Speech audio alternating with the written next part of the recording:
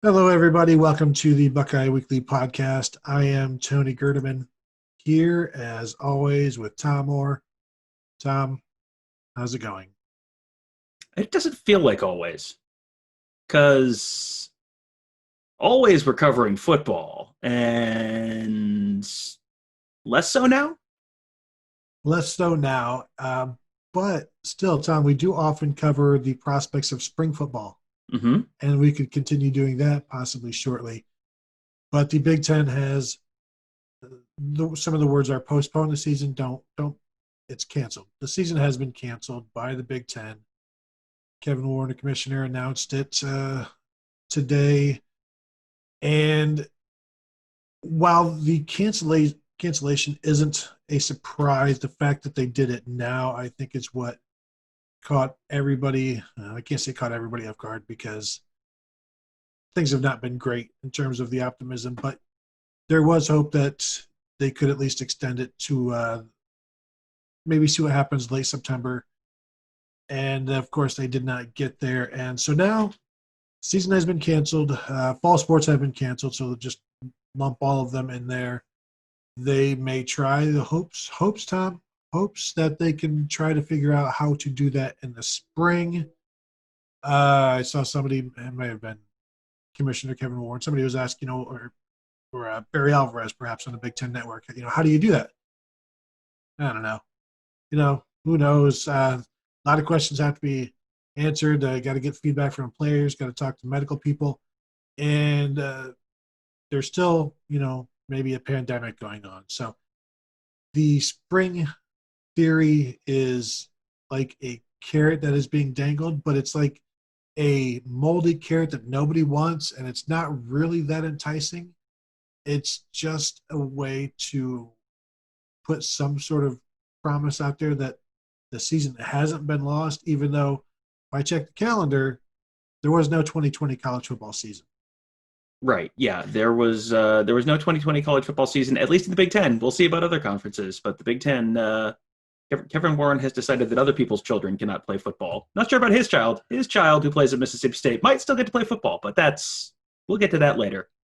Um, yeah, I mean, of all the things today that were, oh, that's not a good sign. Pete Thamel's tweet, which was probably about noon or so, as before the news had broken.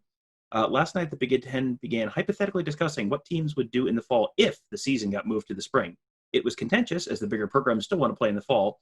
It marked one of the first hypothetical conversations about this topic.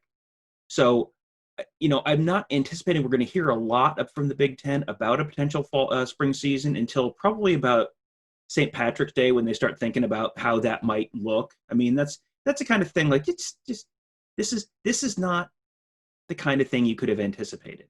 I mean, I think people have probably deserve a lot of grace for things that they have not been able to anticipate this year.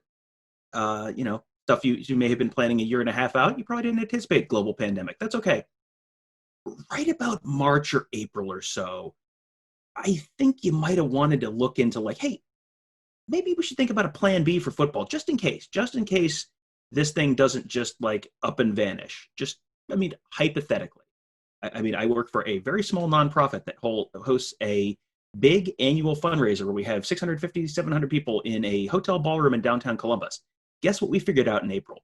Hey, we might not be able to do that this year in September, so we should probably figure out a plan B. Now, that is a small nonprofit, not a, I don't know, hundreds of millions or $1 billion enterprise like the Big Ten. So, I mean, maybe that's just expecting too much from leadership of a group like the Big Ten to be able to anticipate that kind of stuff. I don't know. Maybe I'm the unreasonable one here. Well, generally you are. Hmm. Hmm. Just from the times we've talked to Gene Smith, even the very first time after the cancellation of March Madness, I asked him, is there any way the football season would be in danger? Anyway, could there be some dangers? And he's so that's too far in the future to even look. And that continued to be the way they operated throughout all of this, the entire Big Ten, in terms of, granted, this is a brand new thing and it's a brand new situation. So as we always say, each day is its own adventure. But to not anticipate down the road or come up with contingencies for down the road or to think about what is down the road, it's really, gosh, I don't know, appalling given all of the sizable paychecks that all of these people are getting to run gigantic organizations. And yeah, sure, gigantic organizations take a while to turn, but they still have the capability. There are still the mechanisms for making changes, and to see the fact that even gosh, 3 hours after the season was canceled, or 2 hours, Jeff Brom was on Big Ten Network saying the Big Ten has not told them anything about what to do with the players now. And so they'll cancel the season, but there's still been no direction. I tweeted that out, and Mark Pantoni, OSU recruiting director, threw some exclamation points on it and quote tweeted it. It's like there's been so little direction from the Big Ten, which is why Ryan Day was concerned about playing, which is why other players were concerned about playing, because there's been nothing from the Big Ten. That's why I thought you postpone it. That would allow the Big Ten to go into each place, like when the UN goes into Iran and checks out the nuclear facilities to make sure that they're creating energy and not weapons. Like the Big Ten would go into each campus and make sure that they're doing what the Big Ten set out. Except, Tom, the Big Ten never set anything out. So you can't really follow any rules that don't exist. And of course, their leadership was passed down from the NCAA, which was basically, can't somebody else do it? I'm going to make you back up here. We're going to flesh out this Iran nuclear analogy a little bit further. We know Mahmoud Ahmadinejad is Jim Harbaugh in this case, because Mahmoud Ahmadinejad and we have never told a joke on this podcast, tweeted his support for Michigan football like a year ago or so. So he's definitely Michigan in here, former president. Who is Ayatollah Khamenei? Who in this is that Kevin Warren? And I don't if know. so, Yeah. if so, can I wear Homer's old T-shirt? Is that a possibility? I don't even remember what the point was that you were making with the Iran thing. I'm just proud of myself for knowing all of these Iranian leaders. Anyway, so yeah, it seems like, I mean, when you go back and look at the way Ryan Day was talking about stuff, they were very comfortable with what they were doing internally. They were a little concerned about the other stuff, like, hey, when we're involving other schools, then what? Because there was no apparently guidance from above. That's a problem. That's a real problem. And if they were okay with doing stuff internally for the next month, and they really didn't have many issues at other schools, there really was no reason to to not just kick the can a month and see where things stand in the middle of September. Because yes, if we're going off of the idea that the medical science has changed a lot in the last 6 days, guess what? Give it another month, because sometimes stuff changes back the other direction. Sometimes initial things are not correct. Sometimes stuff ends up not being longer term, concerns. If people are not getting widely infected right now, if Ohio State and Michigan and Penn State and all these schools are able to do this safely, it seems like just keep doing it safely. Like if football players are right now in a situation where they are being, kept safe and they're able to practice and they're, I mean, as we've said, they have direct motivation to keep working and keep staying safe and not make silly choices like going out to bars, you should keep doing that. They're probably safer in that circumstance than they are if they go home, or if they're just, okay, well, now we're just regular old students. And now that there's no contact on the football field, everything will be fine once the rest of the students come, because as we know, Gerd, college is a non-contact sport. Is that right? I mean, that's not exactly how I remember college, but I mean, maybe I'm wrong. It's been a while. Because I'm sure they wouldn't bring students back if they were concerned that there might be outbreaks on campus, just for, to bring in the tuition money. So, I mean, it's obviously going to be a safe thing, right? I mean, that's clearly where this is. Well, and it is safe to bring students back on campus because they will be socially distant. Mm-hmm. And the funny thing, none of this is funny. Not ha-ha funny. yeah, Kevin Warren and everybody cites we just don't know the long term effects of this virus, which to me means like, yeah, when they shut these students out, when they get the checks and then they send everybody home, that's also going to be the reasoning at that point. And is that new? I mean, when did this suddenly become, oh, you know what? We don't know the long term effects of this, and we don't know the long term effects of that. But Tom, to what you're saying, where there aren't widespread positive tests in the in sports. I mean, we've seen like none in baseball for however long, none in MLS. I saw a tweet with some statistics from Texas high school football. 65,290 athletes tested, 278 positive tests. 4 cases were traced back to practice. So that's 65,290 tests, over 65,000 were just, tested negative. And Michigan hasn't had any issues for a while. We have not heard nothing from Ohio State and all of these various schools. And as I've tweeted, I saw Mark Givler tweet, like, if one player who does not have the coronavirus hits another player who does not have the coronavirus is not suddenly created. That that is not the birds and the bees of the coronavirus here. Uh, and yeah, sure, we know we don't know what the future holds, but that's, I mean, that's kind of just baked into football and sports in general. And now students don't know what the future holds, and yet the administrations are okay with bringing them back. And I've, I'll be interested to see what these classrooms look like. Are they partitioned? Are they just, seats are separated by so much? Um, you know, is somebody monitoring how they enter the building like they do for the football programs? And just to think, like, you're sending these kids, these players, student athletes from these places that were safe because the statistics continue to show how safe they were.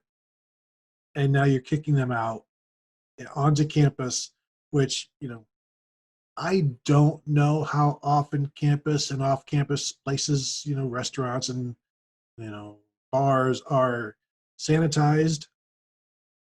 I don't think it's all that often. I know it's more than it used to be, but I'm not necessarily going to go into the outer end and eat a piece of pizza off the ledge above the urinal. Okay. Mm-hmm. Mm-hmm. Well, not before at least 1:30 in the morning. Exactly. After, Totally. Yes. yeah. I mean, it's great that they have whatever they're going to do inside classrooms. That's great. I mean, again, it's been a couple decades since I've been an Ohio State student, but I mean, I seem to remember spending at least, like 5 to 10% of my time at college outside of a classroom, at least, in, dorms, various other social settings. I mean, I'm guessing that stuff's going to happen this year, and then those people are going to go into classrooms, and hey, I mean, who's to say? Who's to say? Maybe college kids will be incredibly careful. Maybe the 18 to 22-year-old age bracket typically does not think of itself as invincible, and always makes good choices. So it should be fine. It'll be fun. Yeah. Tom, just to interrupt you real quick, and this is totally not appropriate for the show, but I'm just thinking my freshman year at Ohio State, we left the dorms, walked to a party, and one of the dudes we were with just pulled his pants down and was going to the bathroom, walking down the street while cops were passing us. These are the decisions being made by, the people who are now going to be near football players and the athletes and the student athletes, where you can monitor the athletes and you can test them. The rest of the student body is the Wild West. Right. Yeah. You're testing students, football players, 2 to 3 times a week. You're going to know about football players being positive before literally anyone else on campus. So if you can't have football players test positive, be able to participate in their sport safely, students in college, students in high school, sports for anyone, any level of school, any office, anywhere. Like, I mean, I think literally any indoor setting, just about anywhere, is probably a higher risk. With just the general population, you're probably at a higher risk of getting COVID at the grocery store than you are getting it at from during a football game when all the players have been tested 3 times that week, and your guys are taking all the precautions they can take. I mean, just it just it sure doesn't feel. I know that this is all couched as a safety thing because that's of course how they have to couch it.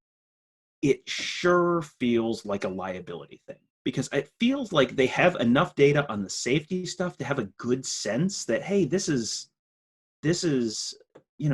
as long as you're testing, as long as you can set up testing protocols and test 3 times a week and have guys stay in a bubble and really, I mean, do what Ohio State did and really make a point to make sure people know you cannot do any dumb stuff right now. You cannot do it. And they really did not have people doing dumb stuff. If you can't do that, I mean, there's no possible way that you can feel good about literally anything else if you don't feel good about that. It just feels very much like this was, what is the cost of canceling this season? It is this amount of money. What is the possible cost of liability if we have, football players coming back to us in several years with COVID related, health issues or, plausibly COVID related health issues. And we have to deal with a bunch of lawsuits from that. What is the cost of that?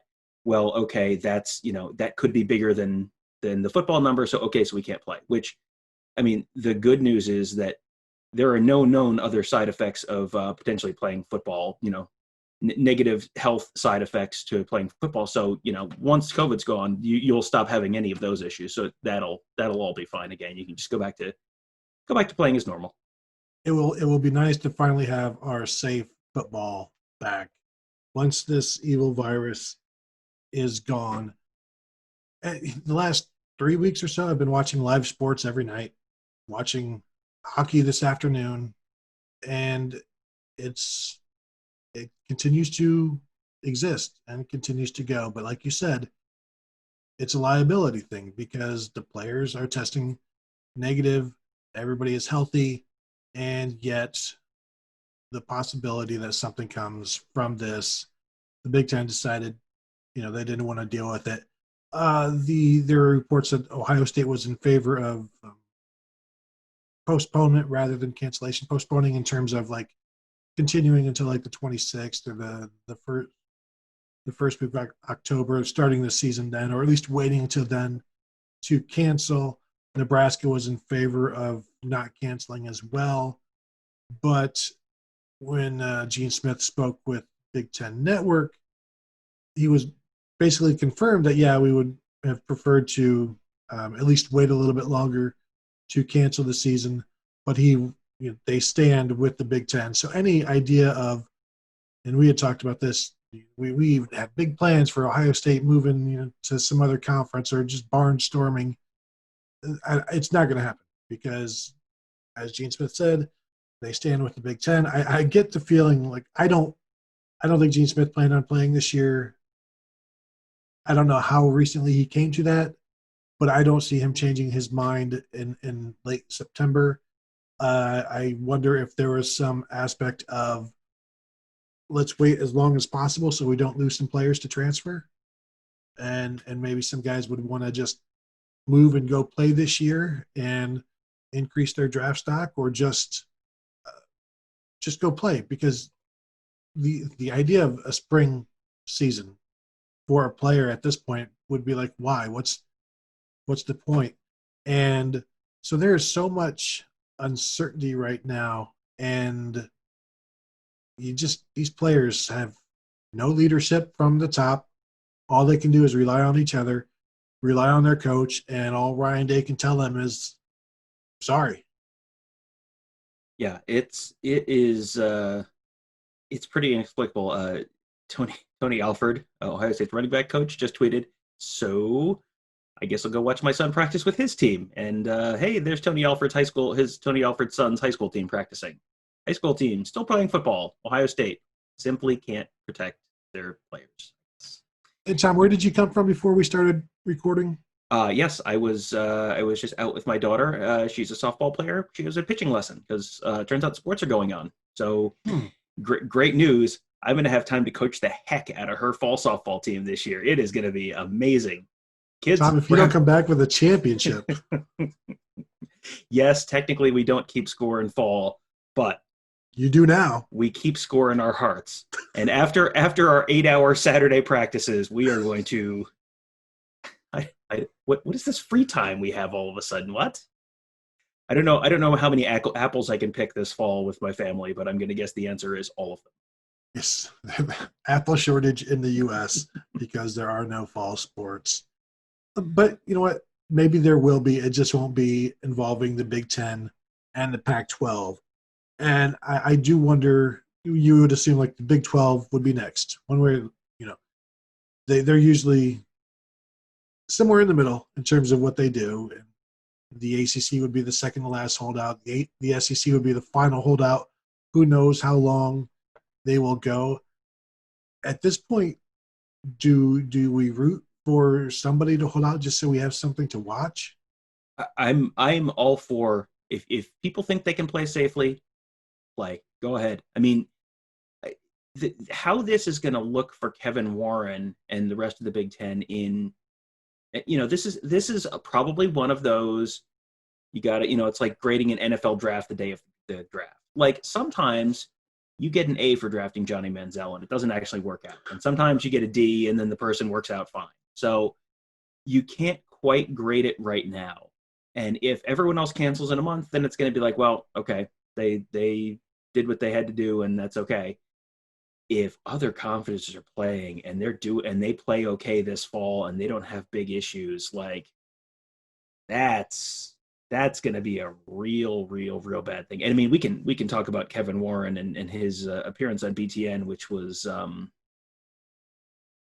Not great, great. not super inspiring. I don't want to say that he's possibly grossly in over his head and maybe not qualified for the position he's holding right now, or that this particular moment was simply too big for him. But if that was true, I think that's a lot like what that segment would have looked like. That's on BTN. That's your house channel. That's getting interviewed by your own PR people, and you can't handle that, dude. Come on. Dave Revson had to re-ask questions more than once to try to get an answer out of him. And then finally, at one point, one of the questions was this a unanimous vote? And Kevin Warner was like, well, I don't want to get into that. I don't want to discuss, what was Ron Howard unanimous and narrator what wasn't. voice. No. Exactly. And just the level of said a lot of words, didn't really give any answers. And Dave Repson had to, the host on the Big Ten Network show there, had to ask him a couple of times what changed in the last 6 days. And I don't know that he ever really gave a satisfactory answer. I don't know that he gave a satisfactory answer through any of that. And I don't know that anybody watching it from the Big Ten, like all of the Big Ten administrators in terms of Ohio State's coaches, their recruiting department, their players, and the same with any of the other teams watching, felt like they were being led by somebody they could believe in or they could trust. Because, as you said, Tom, his son is at Mississippi State. Like, how can this guy have this kind of power and then be good with shutting this down when he's got his own son playing? He's had feedback from so many people that they want to play. I have to imagine that there is also medical personnel telling them things are okay, because there's medical personnel at each of these schools allowing practice to go on. So what makes it okay to, I guess you're siding with the side of the liability then at that point. If one person tells you we probably shouldn't do this because of lawsuits, maybe at that point you're listening to the lawyers more than the medical professionals. That's sure how it reads to me. And let's be real candid about this. Neither you nor I are epidemiologists. So neither you nor I have. I mean, you're shaking your head like, well, maybe there's something I don't know. But to There's my a lot you don't understanding, know about me. yeah, to my understanding, neither you nor I are epidemiologists. And frankly, I think we as an industry and perhaps as a country would probably be in better shape if we were more willing to say, I don't know about a lot of stuff. That's probably something that we should all consider doing more. But you have the ACC's chief medical officer saying he does feel comfortable that they can do it safely. So if you know, it seems like there's at least some gray area there. And if you have people who are not having issues right now, schools that are not having issues right now where they want to keep playing and they want to just, kind of stay the course right now and play the fall season with 8 teams. If Rutgers and Indiana and Maryland and whoever, Illinois, can't play this fall, then okay, don't play this fall. If the other 10 or the other 8 or whoever can do it, or feel they can do it safely, or feel at least like they want to continue looking at this for a while and see if things change dramatically in the last 6 days. Okay, let's see if things change again dramatically in the next 30 days. It just seems like the whole picture here, from the Pete Thamel tweet that I referenced off the top of the show to the dramatic swing from less than a week ago, their schedule was released and all right, hooray, everything's moving forward, to literally like 3 days later, they're ready to shut it down. And then the interview on TV, it feels like there are no grown-ups in charge here. And that's gotta be, I mean, for a program like Ohio State or a program like Michigan or a program like Penn State, they're doing things the right way right now. They're keeping their kids safe. They're taking all the necessary precautions. They're doing everything they have to do because they're doing the stuff they were told they needed to do in order to have a season. And then the gang that can't shoot straight in Chicago decides, well, okay, now we're done. And it just,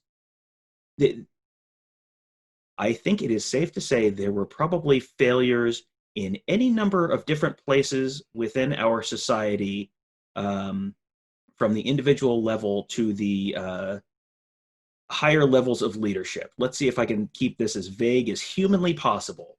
But from the people who weren't doing the stuff they needed to do when they went to the grocery store in June or in May, to people who were in charge of stuff and decided they didn't want to do it for whatever reason. There's a lot of different people that probably bear some responsibility for this. And this is not all on Kevin Warren. This is not all on the schools. This is, and it is reasonable probably for medical professionals to disagree to some degree right now, because this is new. This is all changing, and that you see new reports every day. And and I think we're all kind of balancing things on our individual lives in terms of, should I send my kids to school? Should I have my kids do these activities? Should we just go to the grocery store 3 times a week, or should we just try and go once every 3 weeks and limit our exposure? I mean, who are your kids playing with during the summer? Are they playing with just the one neighbor kid? Are they not playing with anyone? Are they just kind of YOLO and doing whatever? I mean, these are all decisions we're all making right now. And I think we're all kind of doing our best with the information that we have. But yeah, I mean, it is just, I think it has to be pretty frustrating for people to have the feeling, and I think a lot of people probably have it, that the adults in the room in Chicago probably failed this league in a few different ways over the last 5 months or so. Yeah, well, it's just good to know that you can only get coronavirus through football. That is a relief. When Gene Smith said the science has come quickly over the last 6 days, I'm going to assume that was one of the things that science told them. But there's also, and we could dive into this one much deeper down the road, what changed in the last 6 days was players beginning to organize, which terrifies the leaders of these conferences and the NCAA, and maybe that also played a part into it. And I think the Big Ten shutting it down, they believe they will not be the last. They believe, like, this is the domino and everybody else will fall. That this is normally what happens. The Big Ten, once the Big Ten got behind playoffs, boom, playoffs. And so if the Big Ten throws their weight on something, they expect everybody else to follow. And then by doing that, then maybe they can squash something, even though I don't think that's going to squash anything in terms of player organization. I can't even process the impact this could have on the Ohio State football program if they are sitting out and the ACC and the Big 12 and the SEC aren't. Like if they're playing, what happens? And this is something maybe we could spend an entire show on, because I right now I don't even know like all of the different avenues that we could go down in terms of that. But the idea that Ohio State is sitting and watching other people play college football, I don't know how devastating that will be. Ohio State is too big to fail kind of thing. But if you lose a bunch of players and the roster next year could have upwards of 60 or 50 freshman eligible players, that's, maybe there's a setback there. Who knows what coaches will do, because this is kind of just, will they see this as, I don't have trust any longer in this program? Just we talk about the long-term aspects or the long-term effects of the coronavirus. What are the long-term effects of not playing this season if other programs are playing? Well, that is the $64,000 question right now. Because if the SEC and the ACC are at least continuing to think about playing, we saw Jalen Gill transfer to Boston College.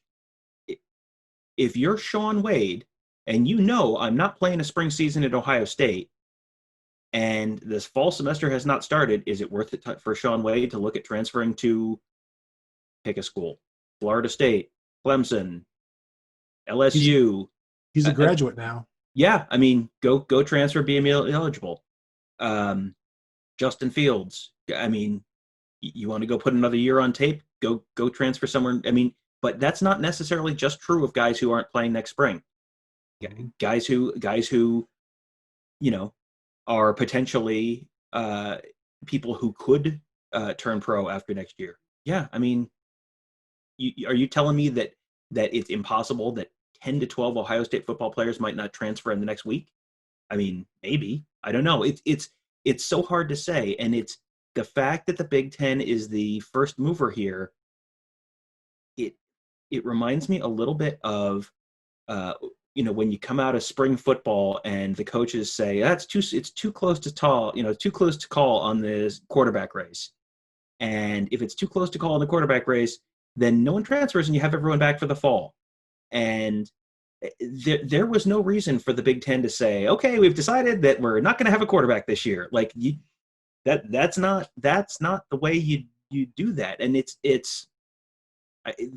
there could be, I think we are way too early to have an informed opinion on this, and I definitely don't want to get like crazy hyperbolic, but this could have a seriously negative impact on a number of Big Ten programs in the short and medium term here. Because if guys leave, and then the SEC and the ACC and the Big 12 or whoever play a season this fall and they do it safely, and this is not, they were being reckless. If it turns out, actually you could have played a season this fall, you have really damaged yourself, because then all the kids from Georgia and Tennessee and Florida that Ohio State recruits, what are they going to hear from all the other coaches down there? Why would you go up there and be in the snow? And, they didn't even want to play football last year. Are you kidding me? Why would you want to go up there? And you want the the Big Ten makes a lot of money off that Big Ten network. You are going to, if the product falls off, all of a sudden you're not making as much money off that Big Ten network. And, there's going to be all sorts of financial fallout from this anyway. But, the medium to long-term financial fallout, if the Big Ten all of a sudden goes from, a top 2 conference to, they're better than the AAC. Maybe they're around the Pac-12. The way the Pac-12 gets talked about is irrelevant. during a lot of seasons. The Big Ten is not so far ahead of that it couldn't possibly slide down to that level. I mean, this is something that, again, you kind of have to wait and watch how things play out, but this could have some real negative impacts on the league for quite a while if things break a certain way this fall. And we'll, as the days go, we'll see these impacts unroll in front of us, but there's no telling where things could go. This is an opportunity for the ACC to jump ahead of the Big Ten and become the number 2 conference. And you wonder if they're thinking that as well. I'm sure they're putting everybody's safety, first out, of course. Mm-hmm. But this is an opportunity to put some hay in the barn while the Big Ten is sleeping in, basically. And we'll see what the impact is 5-10 years down the road. You mentioned the recruiting. I'm thinking you're going to have Dabo or Nick Saban talking to recruits like, hey, you don't know what's going to, next year could be another 100-year pandemic, and the Big Ten won't even play during it. And there's ways to prop themselves up, and it's obviously it's a terrible situation for everybody involved. The lack of leadership, I think, has disappointed everybody in the conference, all of the programs. It's just we haven't heard from. It was just so quiet for so long, in so many ways, and then finally, to just abruptly say, "You know what, we're done," and it's disappointing. But I still feel like this was how it was going to end anyway. Just because. We got word on Sunday night that it was looking this way. We thought the players and the coaches and a couple of athletic directors had even saved it for now. And then, no, nobody has saved anything. This is how it's going to be, and this is how it is. And so, Tom, we'll have other ways of dealing with this and discussing it. What this could do to Ohio State's brand, what this does to the Big Ten. How do you move forward? And then, of course, we'll get into our spring position previews because, Justin Fields, can he hold off C.J. Stroud? We don't know. It'll be a great battle in the spring between those two. You know what I'm excited for?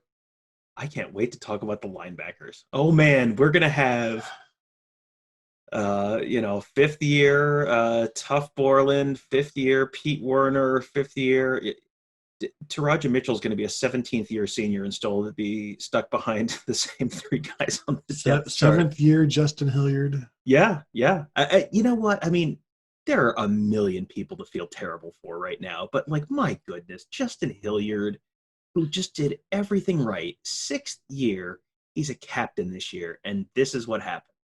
Jonathan Cooper passes up playing in the Big Ten championship game and the playoff, and just to come back to have one more year, be a captain. And congratulations, you got 4 practices. Hope it was fun. It's, I mean, 1 year of Justin Fields. One year, I tweeted out a picture of Justin Fields dropping back, scanning downfield, and said, when I snapped this picture, I did not think his on-field career at Ohio State was 5 seconds from ending. But yeah, well. Life, as they say, comes at you fast. It does. Can we please just entitle this episode "Enjoy Arby's"? Because it really really. It's a good idea. Yeah, it's a good idea. Maybe a good idea for dinner as well. All right, Tom. Do you have anything else? I feel like we had nothing written down. We were just just venting. Maybe at some point we can also have some listener questions about this whole ordeal and as well.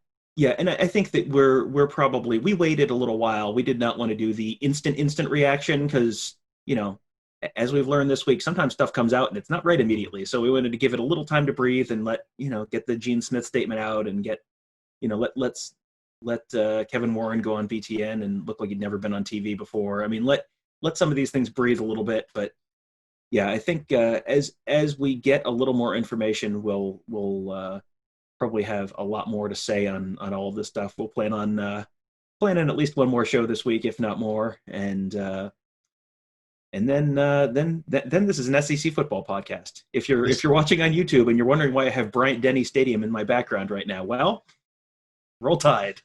Yeah. Tom, are you familiar with? I believe it's called mukbanging on YouTube, which is that sounds like an autocorrect thing. No, and I guess it's like this YouTube thing where you have food in front of you, you order like $50 worth of Chick-fil-A or whatever, or Cane's, and you just eat it and you talk and into the camera. And it's like two people doing that. We could be doing that and talking, you're rewatching Game of Thrones or something. Can you explain to me the name and what that has to do with eating $50 worth of?